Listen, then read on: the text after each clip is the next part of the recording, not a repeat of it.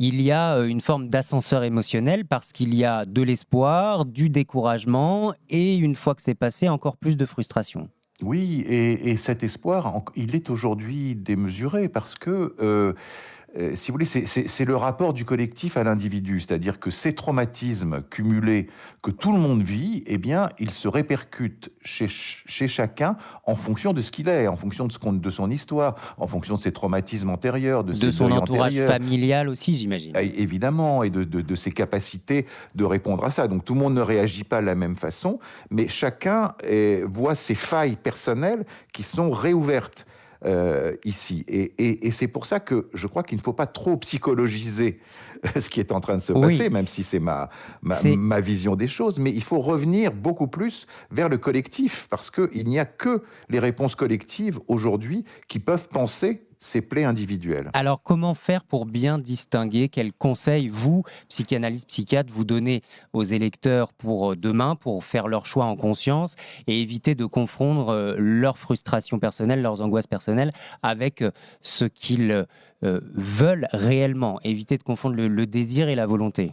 Eh bien, c'est justement en revenant beaucoup plus à cette dimension collective. Encore une fois, on a beaucoup réifié l'individu dans son propre parcours, mais aujourd'hui, on voit bien qu'une épidémie, on voit bien qu'une guerre, on voit bien qu'une destruction écologique de la planète, ça ne peut se résoudre, en tout cas se dépasser, que par des forces collectives. On le voit avec la guerre en Ukraine, à quel point l'Europe en tant que collectivité apparaît beaucoup plus importante que notre nation.